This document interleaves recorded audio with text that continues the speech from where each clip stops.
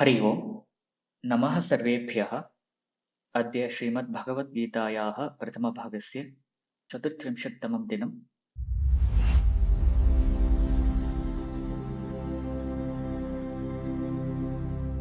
प्रथमश्लोकः द्वितीयाध्यायस्य 47तमः श्लोकः। कर्मण्येवाधिकारस्ते मा फलेषु कदाचन मा कर्मफलहेतुर्भूः मा ते सङ्गोऽस्त्वकर्मणि।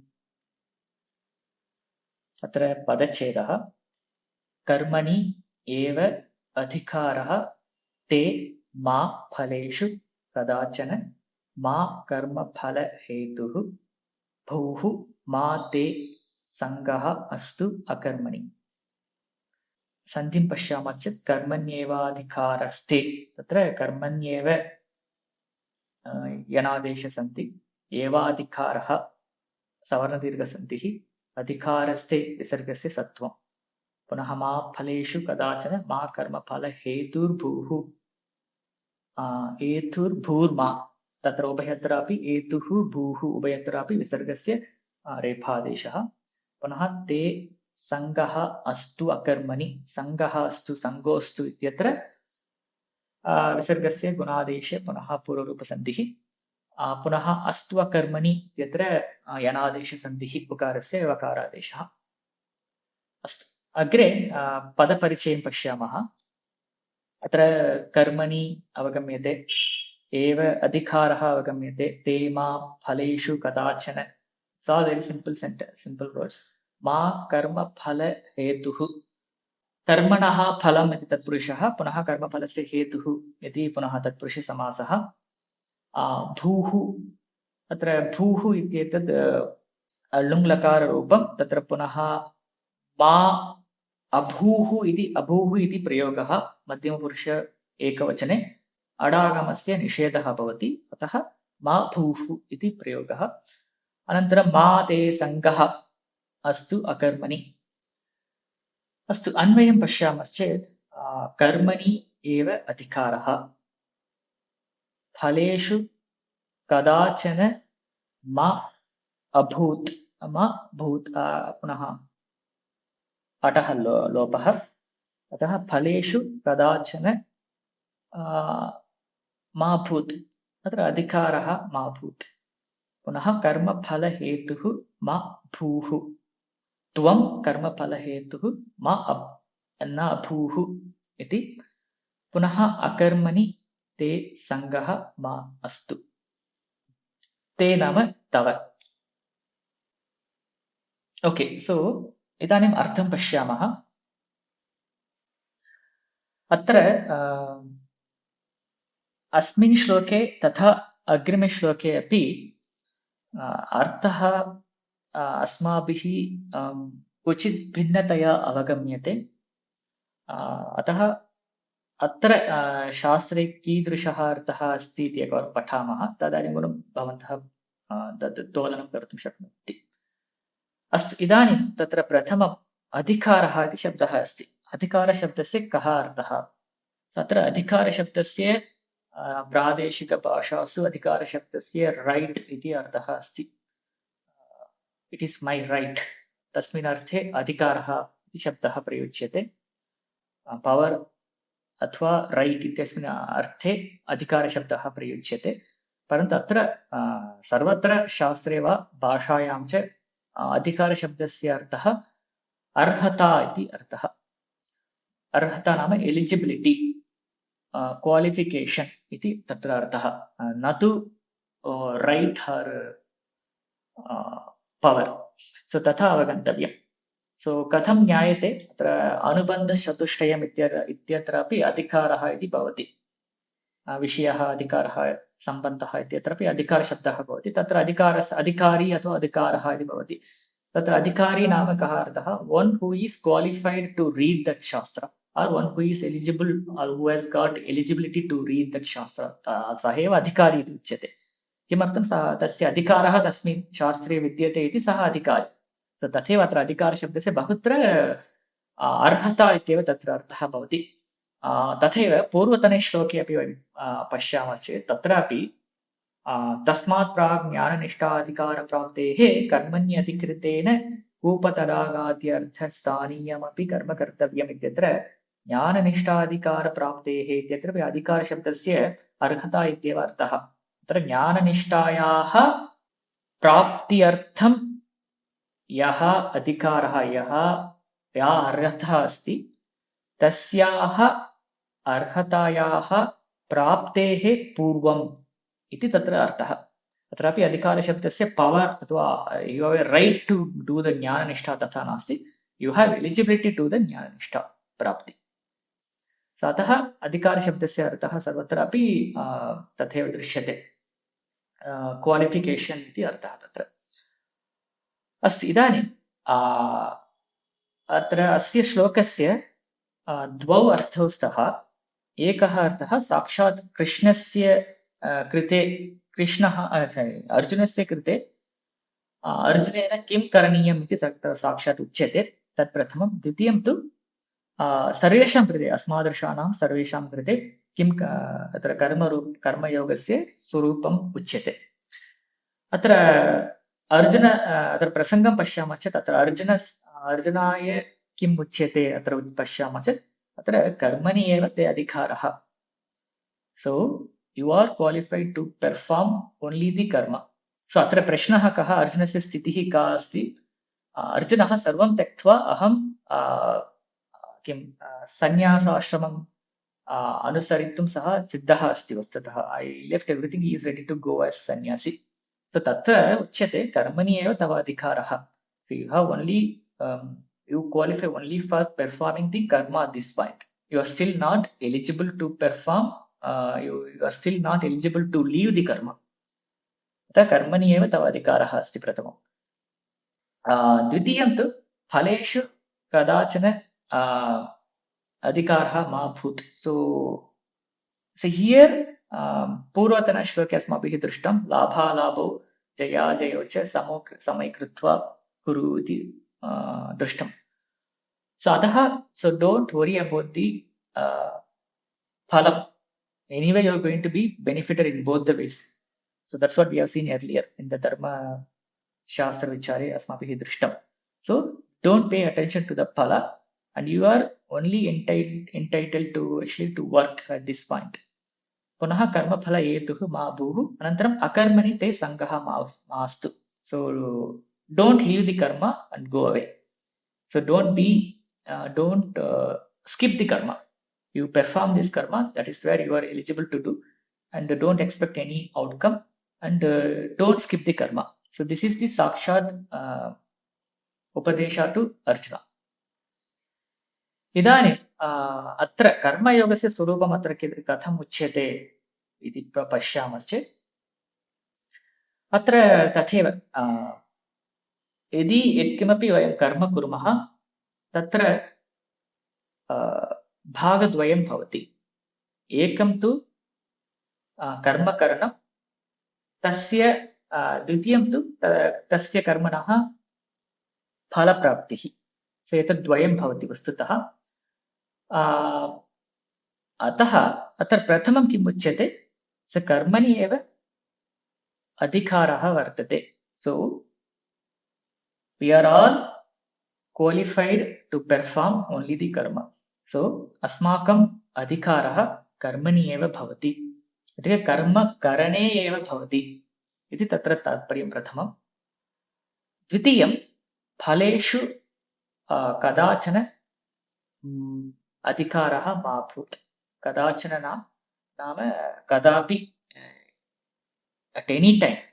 So at any time you are not qualified to expect a phalam. So अत्र फलम् अत्र अस्य अत्र उदाहरणं कर्मफलतृष्णा इत्येव तत्र उच्यते। अत्र कर्मणि एव अधिकारः, फलेषु कदाचन अधिकारः मा भूत् इति न। अत्र अधिकार इति मया तत्र अध्यार्यते, परन्तु अत्र आचार्येण तु कर्मफलतृष्णा मा भूत् इति अत्र उच्यते। So don't have any trishna on कर्मफलम्। So तथा प्रथमम्।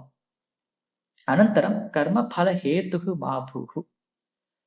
यदि कर्मफलतृष्णा न भवति तर्हि कर्मफलहेतुः अपि न भवति. अत्र कर्मफलहेतुः नाम जन्मप्राप्तिः.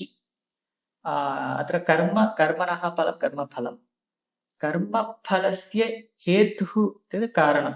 कर्मफलस्य कारणं मा भूः इत्यनेन यदा कर्मफलम् इच्छामः तदानीं वयं कर्मफलहेतुः भवामः, हेतवः भवामः. So we become the reason for enjoying or experiencing all the subsequent effects, right? So the moment you reject the phalam, reject in the sense when you are not having trishna on the phalam, then we will not be the karma phala hetu.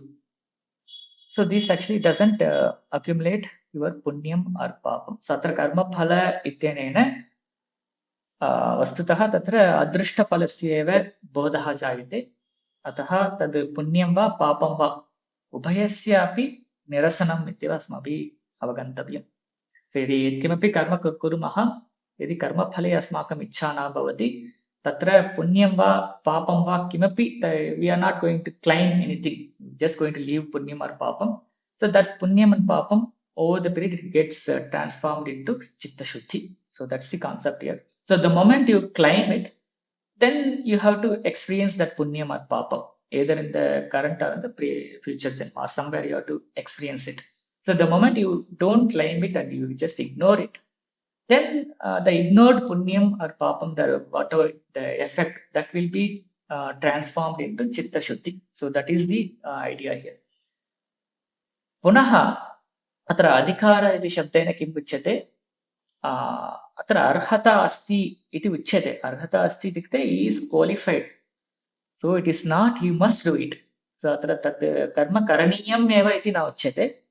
कर्मकरणे तत्र अधिकारः अस्ति इत्युक्ते सः कर्म कुर्यात् अथवा न कुर्यात्. So he can perform that karma or he can skip that karma. So it doesn't say you must do it.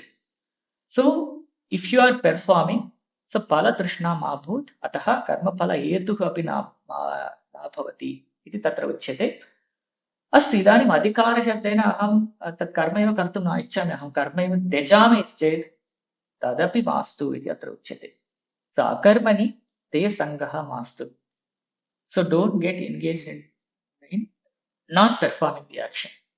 You must perform the action without having any expectation on the fruits of the action. And at the same time, don't skip the action. So this is what it is performed. अत्र कर्म इत्यनेन वस्तुतः तत्र विहितं कर्म इत्येव गृहीतव्यम्. So there are two kinds of karma one can perform. One is kartavya karma and dvitiyam kamya karma.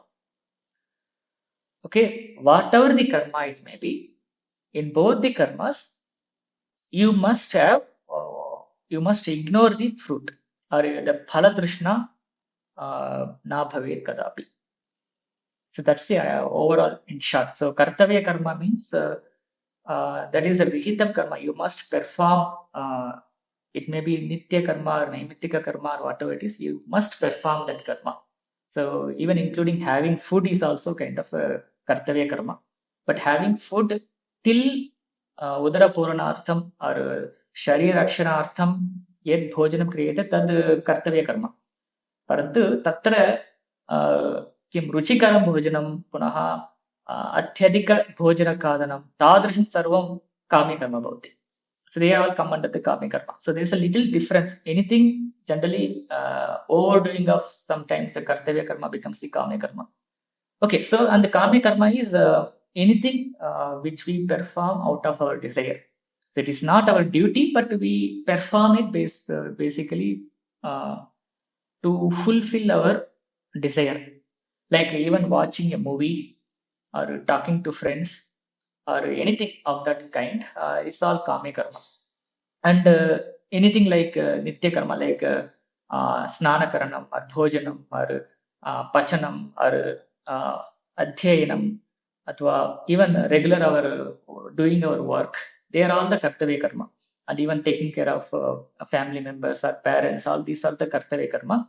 And anything which we do to fulfill our desires, they are the Kamya Karma. So in out of both of them, we should not expect any fruit out of it. So atra Kartavya Karma is the Sikrumache. So we just perform the action and we never expect any fruit. So we उदाहरणम् अहं किमपि कार्यालयस्य कार्यं करोमि कृत्वा तत्र प्रतिफलम् अस्माभिः न अपेक्षणीयम्. So we shouldn't expect to whomever we perform the kartavya karma, he will directly give us something. So that is not the expectation we should have. Okay, so it is our duty to perform that job. It is our duty to perform all these duties, and we perform it. We don't expect anything. So that's how it is uchyate. Tathaiva, another thing is, it doesn't mean that you reject your salary in that job. It is not that way. So if you get anything, you have again adhikara to enjoy it, but you shouldn't expect it. So it's a little trickier, but you think about it, you'll get it. So it is not about rejecting, I don't want salary, I will do a free service. It's not that way. Because doing the job is your duty, and paying for your job is the duty of your employer. Okay, and this is how it works actually. Astu. Atah kartavya karmani etadrisham bhavati. So kartavya karma, it means you have to perform the karma and don't expect the person who is receiving that benefit out of that karma will pay you back something. So that is not the expectation. That's for the kartavya karma. And for kamya karma, again, we do it based on some desire, but actually in Shastra they say that you completely try to avoid all the kamya karmas.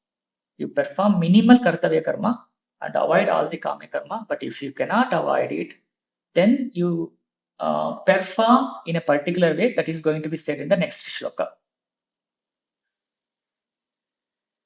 Okay, so ekavaram vayam bhashyam patamaha. Atra karmanyeva adhikaraha na jnana nishtayam te tava. This is a direct instruction to the Arjuna. You have to perform the karma, but you do not have eligibility for jnana nishtha. So you cannot think that you are eligible for jnana nishtha and you cannot do the sannyasa. So you have to perform the karma. So tatracha karma kurvataha ma phaleshu adhikaraha astu. Karma phala trishna ma bhoot. So never have the karma phala trishna.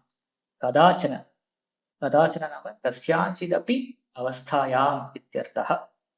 In whatever the condition, don't expect or don't have the karma phala trishna. Satra kashchana bhavaha vidyeta. Yadi asmabihi ishtatamam phalam prapyate tadanim tatra trishna bhavati. Yadi anishtatamam bhavati tadanim vayam tejamaha. So tadrisha bhavana mastu. Sarvada karma phala trishna ma bhoot iti tatra ashyaha. So atah kasyanchidapi avasthayam karma phala trishna ma bhoot. Punaha yada karma phale trishna tavasyat tada karma phala praptehe hetuhu syaha evam ma karma phala hetuhu bhuhu. Yada karma phala trishna, when you have expectation or you are expecting some karma phala, then you are actually entitled to experience that karma phala automatically. So karma phala praptehe hetuhu syaha evam ma karma phala hetuhu bhuhu. So once you get entitled, then you must experience that phalam, whether it's a punyam or papam, you must experience it. Whether you have to enjoy or you have to struggle, you have to do that. So when you don't claim that karma phalam, they get rejected. They disappears. So yada hi karma phala trishna prayuktaha karmani pravartate tada karma phalasya eva janmanaha hetuhu bhavet. Ataha yada hi karma phala trishna prayuktaha, one who is attached to the karma phala, when he performs any karma, karmani pravartate tada karma phalasya eva janmanaha hetuhu bhavet. So it generates the karma phala and he entitles to get that karma phala and enjoy it or struggle on it. So it causes a janma for him. So janmanah hetuh bhavet. यदि कर्मफलं न इष्यते किं कर्मणा दुःखरूपेण इति मा ते तव सङ्गः अस्तु अकर्मणि. यदि कर्मफलं न इष्यते. See, okay, you are saying you have to perform the karma and don't enjoy or don't expect any fruit out of it. So if I am not expecting any fruit, why I should perform the dukkha rupa karma? So when I am not expecting any fruit, you are saying not to expect any fruit, then why I should perform karma which is of no use, which I am not getting any benefit out of it. And that too, that karma is dukkha rupa karma. So यदि कर्मफलं न इष्यते किं कर्मणा दुःखरूपेण इति मा तथा न चिन्तनीयम्. अतः ते तव सङ्गः अस्तु अकर्मणि. अतः तव सङ्गः अकर्मणि मास्तु. So thinking that there is no benefit of doing this karma anyway, I'm not going to take or experience the phalam of this, so I'll reject the karma itself. So don't do that. So you don't do the non-action.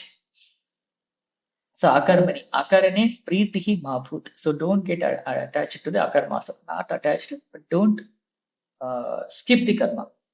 And yedi karma phala prayuktena na kartavyam karma katham tarhi kartavyam iti uchyate.